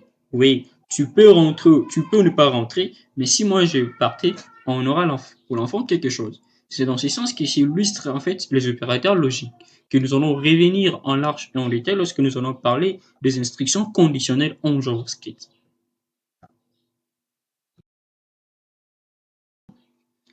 À présent, voyons le troisième type des opérateurs. On va parler des opérateurs de comparaison que vous connaissez aussi mieux que moi, comme l'égalité. Ça, c'est en fait l'égalité. Ça veut dire strictement égal. Ça veut dire ce qui n'est pas égal. Ça, c'est strictement non égal. En quelque sorte, on parle de la négation. Ok? On peut parler de supériorité, on peut parler de l'infériorité que vous connaissez mieux que moi. Donc, ce qui veut dire qu'on ne va pas euh, s'attarder là-dessus pour pouvoir vous expliquer en réalité ce qui c'est ce qui sont en fait les opérateurs des comparaisons. Mais il y a une notion aussi bien riche et importante avant de pouvoir voir cette leçon. Vous allez vous rendre compte qu'il y a de ces variables qui sont de ces opérateurs qui sont un peu plus spéciaux, à l'occurrence des types of qui nous permettaient en fait de voir le type. Vous verrez encore qu'on aurait une variable, un opérateur comme delete qui nous permet d'effacer en fait une variable. Si j'effaçais variable vrs, vous verrez que ça ne va plus exister. Puisque ça ne va plus exister, on aura en fait une erreur. Bon, on a un, je suis sûr, je vais voir. Et ce,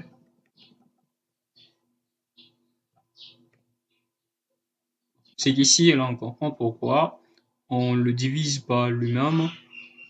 Donc, et que ça ne marche pas. J'ai supprimé la variable 2, je vais supprimer la variable. Bon, si je le fais par après, oui, je le fais par après, mais alors que là, il y en a. Si je veux que ça fonctionne, je vais le mettre là, par exemple, var rs. Ok, je le mets là. Je vais voir ça va. Bon, ça marche. Certes, ça devait supprimer, mais quelque chose qui. Attends, je vois. Je suis ici, je vais supprimer delete var3. Var3. Normalement, ça devait supprimer en quelque sorte. Bon, ça reste, je sais pas qu'est-ce qui se passe exactement. Mais en fait, ça permettait alors de pouvoir supprimer la variable. Alors, la notion que je voulais vous dire, en réalité, c'est ce qu'on appelle la priorité ainsi que la associativité. C'est une notion aussi bien complexe en JavaScript. Je ne saurais vous l'expliquer pendant peu de temps. Je m'étais décidé que l'information soit ne dure pas si longtemps afin que vous appréhendez aussi facilement le notion. Alors, si vous avez problème ou encore besoin de pouvoir connaître la priorité ou encore la l'associativité des opérateurs, n'hésitez pas de nous le faire parvenir. Ainsi, deuxièmement, vous verrez Nous allons aussi parler des notions d'interaction. Ça serait toujours dans un sens d'apprentissage. Cela n'est pas dans le domaine pratique. Nous allons parler de l'interaction avec l'utilisateur. Voyons quel en est le but de pouvoir faire en sorte que votre code interagisse avec votre utilisateur. Tout premièrement, lorsqu'un code JavaScript a de l'interaction avec un utilisateur, il y a deux choses. Celui-ci peut inclure dans votre code des données et deuxièmement, il va aussi conditionner comment est-ce que votre code va s'exécuter en raison du principe que vous avez donné à votre code ou encore selon sa logique. Pour pouvoir le faire, très souvent de manière aussi pratique et courante, on utilise les DOM. Ça sera très vaste de pouvoir vous expliquer les DOM dans cet état ou dans ces niveaux, puisque vous n'allez non plus en comprendre. Mais nous allons parler en fait d'une interaction dans un cadre aussi applicatif. Alors pour cela, nous verrons pour interagir, on se servira de trois choses. Parmi ces trois choses, je dirais pas trois choses. Je dis tantôt on peut utiliser le DOM ou encore on peut utiliser le boîte de dialogue. Dans ces cas, on va utiliser le boîte de dialogue pour permettre l'interaction. Utiliser boîte de dialogue, on aura besoin de trois types de boîtes de dialogue. Les trois types sont alerte, qui affiche un message. Je suis de l'alerte. À part alerte, il y a ce qu'on appelle confirm.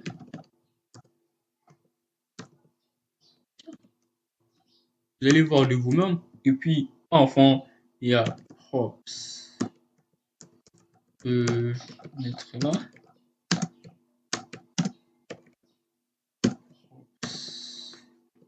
Écrire une valeur.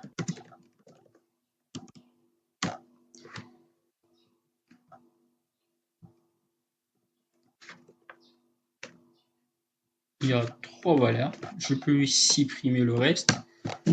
Ok. Je vais valider. Premièrement, il y a un message qui s'affiche. Cette page indique que je suis alerte. Deuxièmement, on me dit de confirmer. Je vais annuler les codes.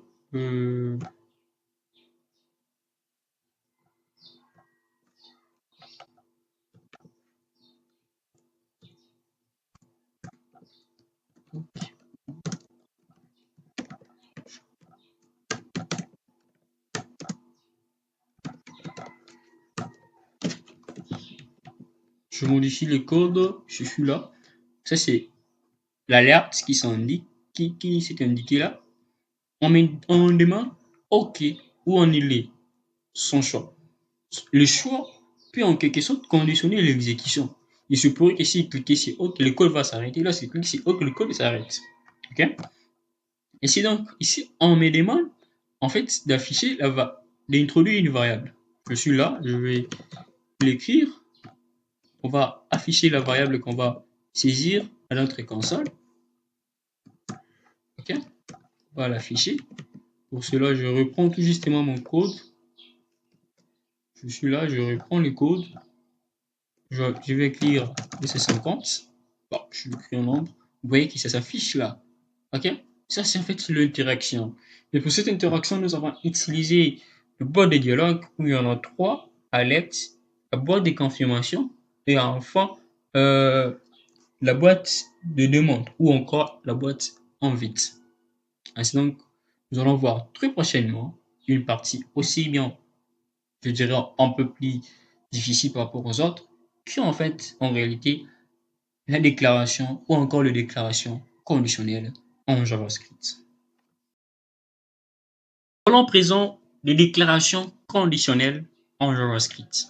Qu'est-ce qu'on appelle une déclaration conditionnelle en JavaScript? Je dis conditionnel, cela veut dire qu'on inclut dans notre code des conditions. Et selon que ces conditions sont exécutées ou encore sont remplies, le code va aussi s'exécuter d'une manière aussi bien différente que cela ne serait pas ainsi lorsque les conditions ne sont pas remplies. Et c'est ça, en fait, la spécificité. Pour le faire, on a deux types de conditions JavaScript. On a premièrement la condition ou encore la déclaration conditionnelle if et il en est suivi en fait des déclarations conditionnelles switch. Voyons en premier lieu comment arriver tout premièrement à écrire votre ou vos conditions if et puis par après nous verrons comment le faire avec switch. Nous y revenons de temps en temps pour pouvoir en donner des spécificités pour tout type de déclaration conditionnelle, ainsi que la modalité fonctionnelle et aussi bien la différence. Et plus loin, vous allez vous rendre compte qu'il y aurait aussi bien dans des petits exercices que nous allons essayer un peu de vous donner afin de vous familiariser avec les conditionnels en JavaScript. Parlons à présent de la toute première déclaration conditionnelle qui est en fait if conditionnel. Tel que vous le voyez, il y a un portion de code. Je vais expliquer ce code et par après, nous allons voir comment est-ce qu'il va se comporter. Il y a var qui obtient une méthode, nous parlons de méthode, mais on voit ce props, on demande à l'utilisateur de saisir un nombre, on ne sait pas ce qu'il saisit, mais tout ce qu'il saisit, on le transforme en nombre. Par après, il y a une condition. Si l'utilisateur écrit un nombre qui sera supérieur à 50, on lui écrit non, félicitations, et puis on le reprend avec l'interprétation de chaîne, le nombre qu'il a écrit. Mais si le nombre est inférieur à 50 ou égal à 50 ou n'est pas un nombre, dans ces cas, on verra encore une autre alerte pour lui dire que c'est désolé, ce qu'il a atteint, c'est pas bon. Ce qui veut dire qu'en raison de ce que l'utilisateur va écrire, soit on va exécuter if et son instruction. If sera exécuté si la condition remplie à true, c'est-à-dire est vraie, la condition évaluée entre parenthèses est vraie. Sinon, on aura else. Voyons cela, comment est-ce que ça fonctionne. Premièrement, il met 10. Désolé, vous avez saisi 10. On reprend le code. Il met 50. On lui dit, félicitations, vous avez réussi. Comment écrire votre code ou encore le code conditionnel? Premièrement, c'est if suivi de la parenthèse où vous allez délimiter votre code, votre condition à évaluer, suivi des blocs calculades pour écrire les instructions qui seront validées au cas où la condition mentionnée est évaluée vraie ou encore à true ou remplie. Dans les cas contraires, if.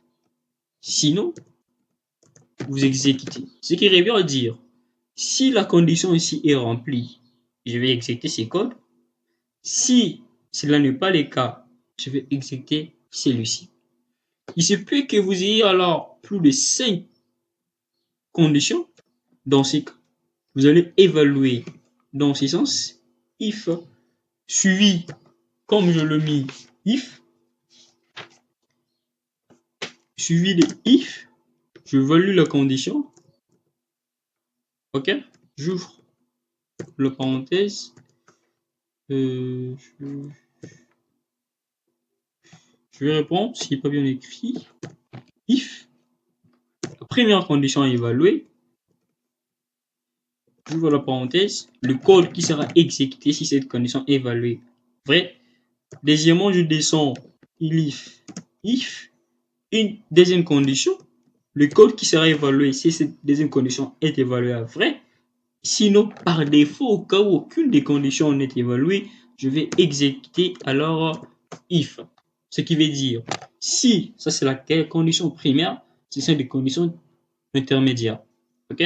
Au cas où toutes ces conditions ne sont pas exécutées, ce sera l'instruction qui se retrouveront ici qui seront exécutées. Ainsi donc, quand je rentre au début pour vous montrer cet exemple, comprenez ensemble avec moi pourquoi lorsqu'on saisit un nombre qui est inférieur à 50, on obtient désolé. C'est-à-dire, la condition est que tout d'abord, le nombre constitué doit être supérieur à 50. Si notre nombre saisi est supérieur à 50, alors on lui affiche une alerte pour lui dire félicitations, vous avez écrit ce nombre. Sinon, c'est-à-dire au cas où il écrivait un nombre qui n'est pas supérieur à 50, on va lui renvoyer aussi une alerte qui sera désolé. Ainsi, on lui demande d'écrire Je vais fermer de nouveau les codes. Si je rentre, je vais évaluer les codes. On est là. Je crie. Ce nombre est supérieur à 50. Alors, félicitations. C'est la condition est remplie. Dans ce cas, vous voyez, c'est cette instruction qui s'exécute. Vous pourriez aussi bien le faire facilement. C'est pas seulement ça. Je peux faire écrire var. Je déclare une variable ici. Cette variable, ce sera 10 plus la variable qu'on a écrit là. Puis je vais l'afficher dans la console. Cette fois-ci, si la condition est respectée, on va exécuter cette opération. On prend la valeur qu'on a saisie, on ajoute plus 10 à cela, puis on garde ça dans la variable vars. Cette variable, on affiche ça dans la console. Mais ces opérations dans ces blocs ne seront pas exécutées au cas où vous ne remplissez pas la condition, c'est-à-dire que l'utilisateur écrivait un nombre qui n'est pas supérieur à 10. Okay? Et vous devez savoir qu'avec le bloc, il y aura influence de la portée. Okay? Cette variable aura une portée qui est limitée uniquement ici. Si je vais actualiser, okay? Je demande 10, rien ne s'exécute. J'actualise, je demande, il a écrit cette fois-ci 545, on m'affiche c'est là, ce qu'il a écrit en fonction de ce qui est là. Je peux alors aller plus loin pour faire de l'interpolation pour vous montrer exactement comment est-ce que ça a fonctionné.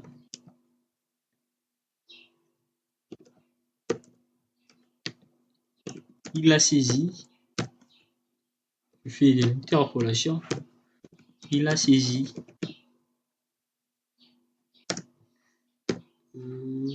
Certes, vars,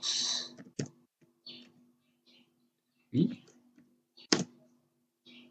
plus 10, ça nous donne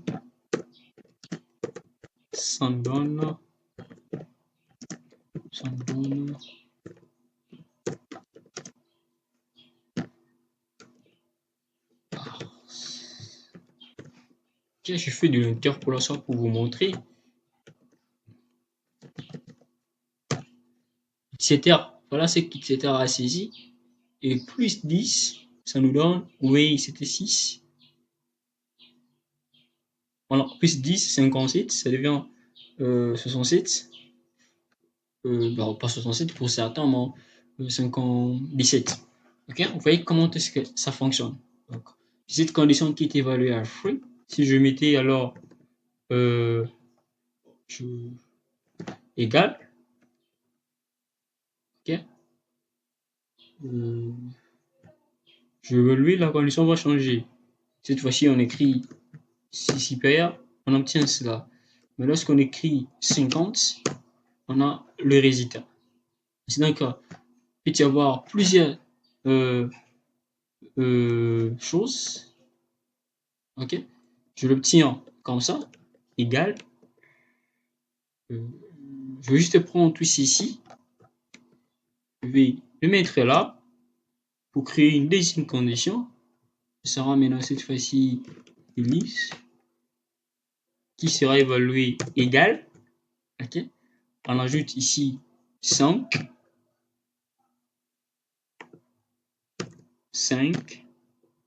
Puis on évalue. Rien n'empêche, il n'y aura pas de masquage de variables. C'est dans cette portée dans l'unité. On lui demande. Cette fois-ci, il a introduit mes 5. On a plus 5. Ça, c'est notre condition. Il met 54.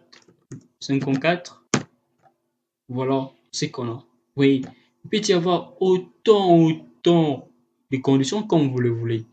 Ok? C'est facile avec le if conditionnel.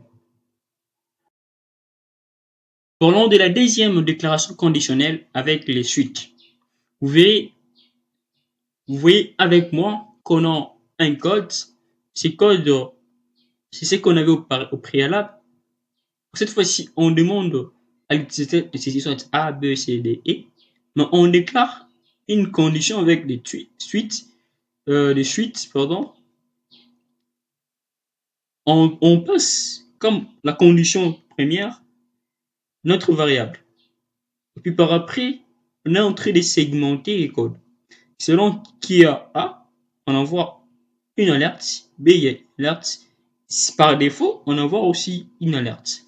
Je vais exécuter le code, je crie F, il n'y a pas F, default qui s'explique.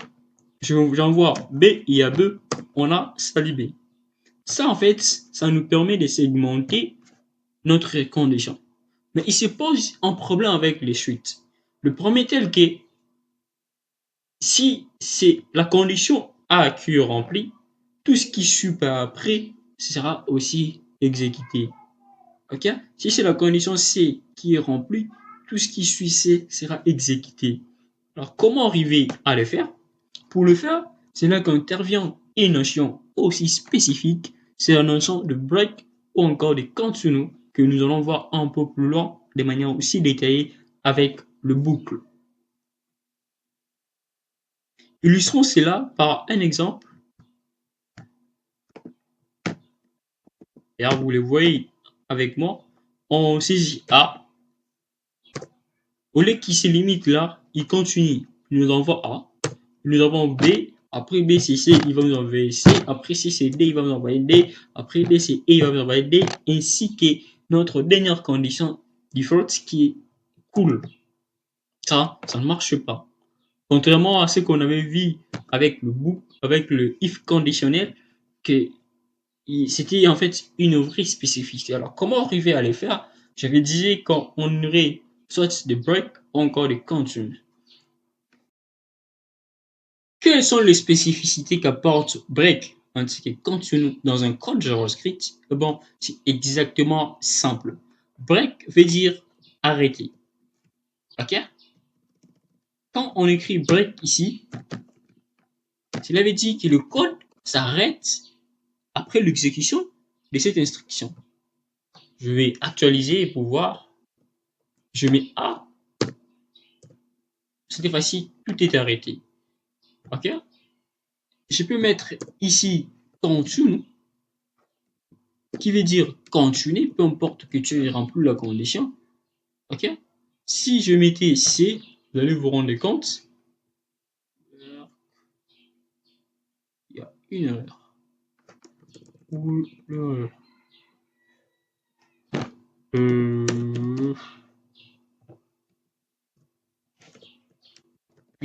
il y a une erreur. Cette erreur, par défaut, c'est continuer. On le met, ça va. C'est la raison pour laquelle on a l'erreur. Mais on peut mettre break pour arrêter, puisqu'on ne peut pas continuer ce qui est par défaut. Ok? Si je mets A, j'ai mes limites là. Si je mets B, B exécute C, et dans C, il y a break. Ça s'imite là. Ok? C'est très simple. À présent, voyons ce qu'on appelle le boucle en JavaScript. Comment arriver à écrire le boucle? Avant cela, qu'est-ce qu'on appelle boucle? Une boucle, tout comme une déclaration conditionnelle, permet en fait de contrôler le flux d'exécution de votre code JavaScript. Nous avons vu qu'avec le conditionnel, on donnait en fait la liberté à l'utilisateur de pouvoir exécuter un code tout en remplissant une condition.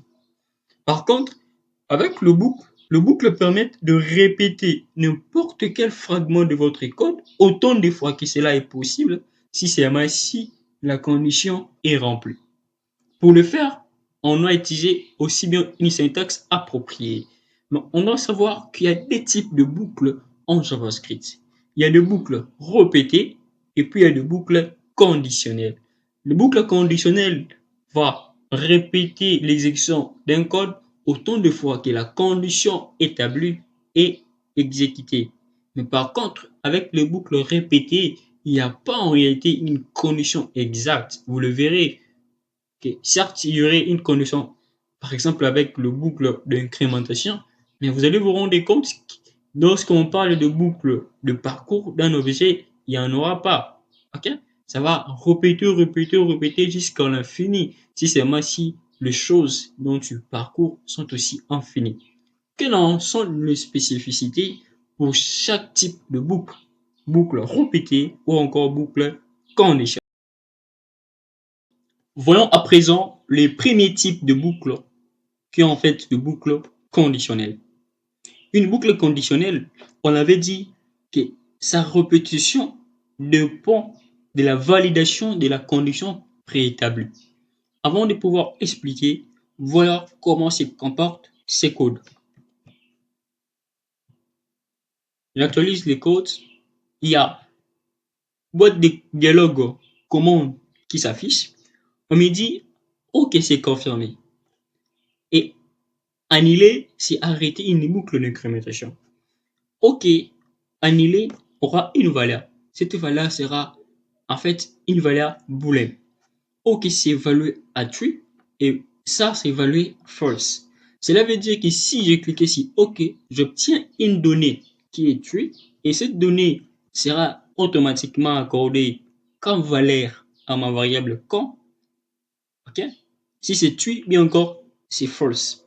Ainsi, je rentre dans ma boucle, je mets la condition. La condition qu'on met ici est évaluée à vrai. OK? Vrai, ça sera au cas où j'ai cliqué sur OK, qui donne true à quand. Ensuite, donc, dans ces cas, vous voyez, je demande encore si cela est vrai, on ouvre encore en une boîte de dialogue à l'utilisateur de lui confirmer s'il veut continuer à incrémenter. Donc, si on utilise un opérateur tertiaire, ce qui veut dire que lorsque l'utilisateur va être au devant de cette boîte de dialogue selon sa valeur. S'il cliquait sur OK, cela veut dire qu'il accepte d'incrémenter. Dans ces cas, ça sera true. On dit si la nouvelle boîte de dialogue obtenait une valeur true, c'est-à-dire cliquer sur OK, obligatoirement cliquer sur OK. Dans ces cas, on va exécuter le code. OK? Ce qui veut dire que lorsqu'il clique sur OK, on obtient ici comme valeur true. Et on compare cette valeur true à cette condition. Lorsque c'est strictement égal, on prend cette valeur, on accorde à cette variable. Ainsi donc, puisque cette valeur est toujours évaluée à true et que notre boucle a comme condition de répétition true, dans ce cas, on incrémente b de plus d. Voyons comment est-ce que le code va fonctionner. Premièrement, je clique, on dit de valider. Je clique sur OK. Dans ces cas, quand je clique sur OK, j'accorde ou je donne comme valeur à ma variable quand la valeur true. Directement, je suis dans la boucle. Cette boucle ne peut s'exécuter que lorsque quand est évalué à true. Évalué quand la true revient à cliquer sur OK. Ça, c'est ce que nous venons de voir. La boucle commence par la première ligne qui doit s'exécuter. Cette ligne demande encore à l'utilisateur une autre boîte. Si l'utilisateur clique sur true, c'est-à-dire la variable de la demande de cette boîte sera à true. Ensuite donc, selon ce qui est le cas, si seulement si cela est true, on prend true, la valeur true, on accorde à boucle. Dans ce cas, la boucle va se répéter. Elle ne va pas se répéter tout directement. Avant qu'elle se répète, elle doit d'abord incrémenter ceci. Ainsi, elle va se répéter. OK? On incrémente 0 plus d. Toujours, oui, ça augmente là. 4. 4. Si je clique ici, cela veut dire je donne quand la valeur false. Or, false, cela veut dire la boucle s'arrête. Vous voyez que c'est très facile. Si vous avez des questions de préoccupation, n'hésitez pas de me le faire parvenir en commentaire. Deuxième manière de pouvoir écrire la boucle while revient à écrire ce qui suit.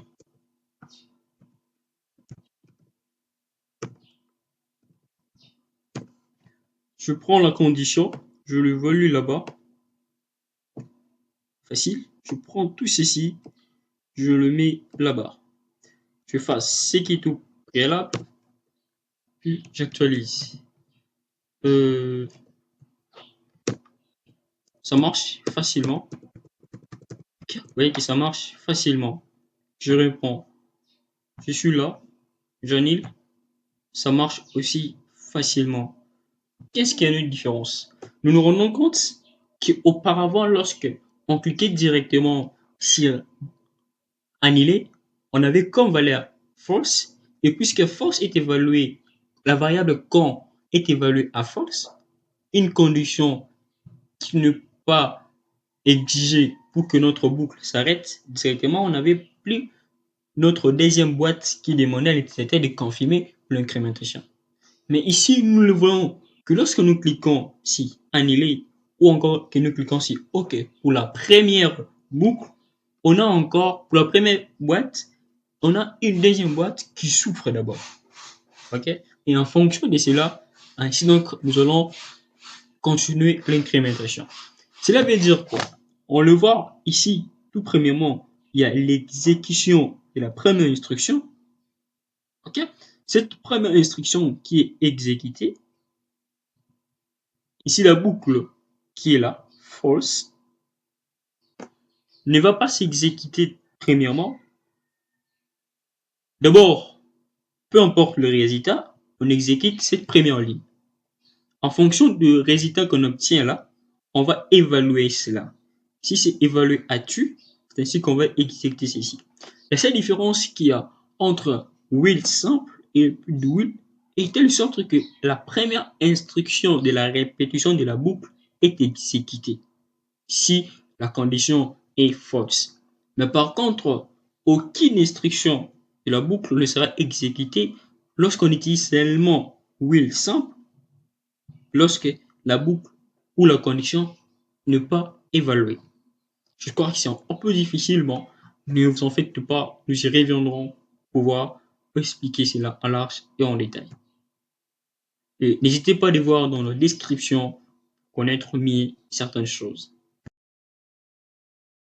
La partie avec le boucle répétitive ou encore le boucle répété. Le boucle répété s'écrit avec le mot-clé fort. Et voyez un peu cette syntaxe. Et je vais vous montrer également son équivalence exécutée. Vous voyez ce qui s'affiche. Je vais vous expliquer le code et pourquoi pas réécrire ce même code. On commence à écrire la boucle répétitive par le mot-clé fort, suivi de parenthèses. Dans ces parenthèses qu'on placera la condition. Ça, en fait, c'est la manière dont le code sera exécuté. OK? Ici, nous voulons afficher tout justement i, mais ce i sera affiché en raison de cette boucle. Qu'est-ce que dit la boucle? Ou encore, quels sont les éléments que la boucle for doit contenir? La boucle for doit contenir 3 éléments. Vous verrez que ces 3 éléments, en réalité, ne sont pas une exigence, mais sachez-le très bien, il se pourrait que, puisque vous les avez manqués, que vous obteniez une boucle infinie. Je ne vais pas créer une boucle infinie. Pourquoi? Parce que ça va arrêter mon ordinateur. Les 3 parties constituant en fait une boucle répétée sont les suivantes. La première partie que vous voyez, que je viens de sélectionner, s'appelle l'initialisation. Ça, vous comprenez exactement très bien que ceci, en réalité, lorsque nous avons vu la boucle while, s'est retrouvée en dehors. Ça, vous connaissez comment définir, déclarer une variable et initier une valeur à cette variable. Suivi du deuxième paramètre qui est en fait la condition. Et troisièmement, on parle de l'incrémentation. Qu'est-ce que cela signifie? On initie une valeur, ok? Partant de cette valeur, on spécifie une condition. Cela veut dire que la boucle va partir à partir de la valeur initiée qui est 0 jusqu'à cette condition, c'est-à-dire i inférieur à 10. Ensuite, troisièmement, on définit comment est-ce qu'on va atteindre ces chiffres. Ok? Ici par incrémentation. Ce qui veut dire qu'on aura 1, ça commencera par 0, 1, 2, 3, 4, 5, jusqu'à 9. Et à niveau de 9, ça va s'arrêter là. Nous allons revenir pour parler d'autres types de boucles. Pour l'instant, on se limite ici présent. Nous allons commencer une deuxième partie de notre formation Et cette deuxième partie de la formation commencera tout justement où celle-ci s'arrête, c'est-à-dire au niveau de boucle for. Là, nous allons voir que c'est possible de pouvoir parcourir d'autres types de boucles. Si je vous montrais l'exemple d'un code, je vais vous montrer un code, vous allez vous rendre compte que ce code, ce sera un peu plus différent à celui-ci, où on essaie de parcourir quelques éléments. Je vais vous montrer le code en question, où l'on essaie de parcourir quelques éléments. Je vais vous montrer un code. Certes, c'est la même chose, mais je vous en montrerai. Il y a un code où j'avais écrit où l'on essaie de parcourir en réalité les éléments. Je vais le chercher pour vous le montrer. Euh, First program, je pense que c'est là. Je vais voir. Super, c'est ça. Vous voyez qu'ici, code, dans ces codes, on a en fait un tableau, et dans ces tableaux, on a les types de valeurs qui sont en fait des objets. Ok, vous connaissez bien ça, c'est un objet, nous avons des clés. Mais lorsqu'on descend un peu plus bas, vous voyez qu'il y a une forme, ok, key in dedans. Vous voyez, ça, c'est une notation qu'on verra un peu plus prochainement.